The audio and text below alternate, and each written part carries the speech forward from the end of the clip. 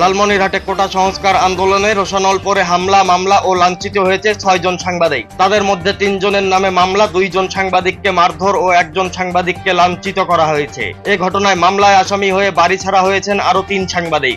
জানা গিয়েছে, জেলার হাতীবান্ধায় গত ১৮ জুলাই কোটা সংস্কার আন্দোলনকারী শিক্ষার্থীদের সাথে ছাত্রলীগের সংঘর্ষের পর আনন্দ টেলিভিশনের সাংবাদিক আব্দুর রহিমকে মারধর এবং আরটিভির সাংবাদিক শাহ আলমকে লাঞ্ছিত করে ছাত্রলীগ। একই সময় দৈনিক মানবকণ্ঠ ও বাংলাদেশের জার্নালের প্রতিনিধি আসাদুজ্জামান সাজুর অফিসে হামলা করা হয়। এর আগে ১৭ জুলাই ওই উপজেলার বড়কথায় সাংবাদিক মাজারুল রিফাত নামে এক সাংবাদিককে মারধর করে ছাত্রলীগ। এদিকে ১৮ জুলাই কোটা সংস্কার আন্দোলনকারী শিক্ষার্থীদের সাথে ছাত্রলীগের সংঘর্ষের ঘটনায় হাতীবান্ধা উপজেলা আওয়ামী লীগের সভাপতি ও উপজেলা চেয়ারম্যান লিয়াকত হোসেন বাচ্চু একটি মামলা দায়ের করেন। সেই মামলায় দৈনিক মানবকণ্ঠ ও বাংলাদেশ জার্নালের সাংবাদিক আসাদুজ্জামান সাজু ও কলকাতা টিভির সাংবাদিক মুস্তাফিজুর রহমান মোস্তফাকে আসামি করা হয়। এছাড়া লালমনিরহাট সদরের একই ঘটনায় একটি মামলায় সাব্বির আহমেদ লাবলু নামে এক সাংবাদিককেও আসামি করা হয়েছে। মামলার আসামি হয়ে বাড়ি ছাড়া হয়েছেন আসাদুজ্জামান সাজু, মুস্তাফিজুর রহমান মোস্তফা ও সাব্বির আহমেদ লাবলু নামে এই ৩ সাংবাদিক। অন্যদিকে মারধরের শিকার হয়ে ভয়ে মামলা করতে পারছে না ২ সাংবাদিক। দৈনিক মানবকণ্ঠের সাংবাদিক আসাদুজ্জামান সাজুর স্ত্রী শারমিন মেরি বলেন,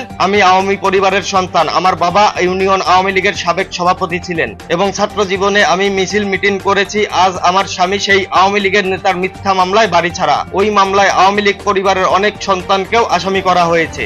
এ বিষয়ে ডেইলি স্টারের লালমনিরহাট প্রতিনিধি এস দিলীপ রায় ও প্রথম আলোর সাংবাদিক আব্দুর রব সুজন বলেন, সাংবাদিকদের বিরুদ্ধে মামলা দায়েরের বিষয়টি দুঃখজনক। আমরা সবাই বসে আলোচনা করে প্রতিবাদ কর্মসূচি দিব।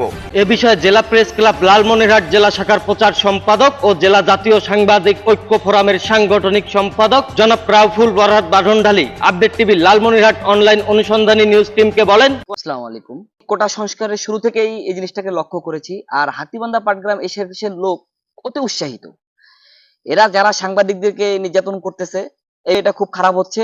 আমি একজন মানবাধিকার কর্মী হিসাবে নিন্দা জানাই। যদি এই বিষয়টা ৭২ ঘন্টার ভিতরে যদি এটার সুষ্ঠু তদন্ত করে সাংবাদিকদের বিরুদ্ধে মিথ্যা মামলা প্রত্যাহার না করে, তাহলে লালমনিরহাট জেলা জাতীয় সাংবাদিক ঐক্য ফোরাম এবং আমার লালমনিরহাট জেলা প্রেস ক্লাবের সকল সাংবাদিকদেরকে নিয়ে আমি মানববন্ধন এবং অবিলম্বে তাদের মিথ্যা মামলা প্রত্যাহার করার জন্য যা কিছু করতে হয় চেষ্টা করব সর্বোচ্চ রক্তবিন্দু দিয়ে।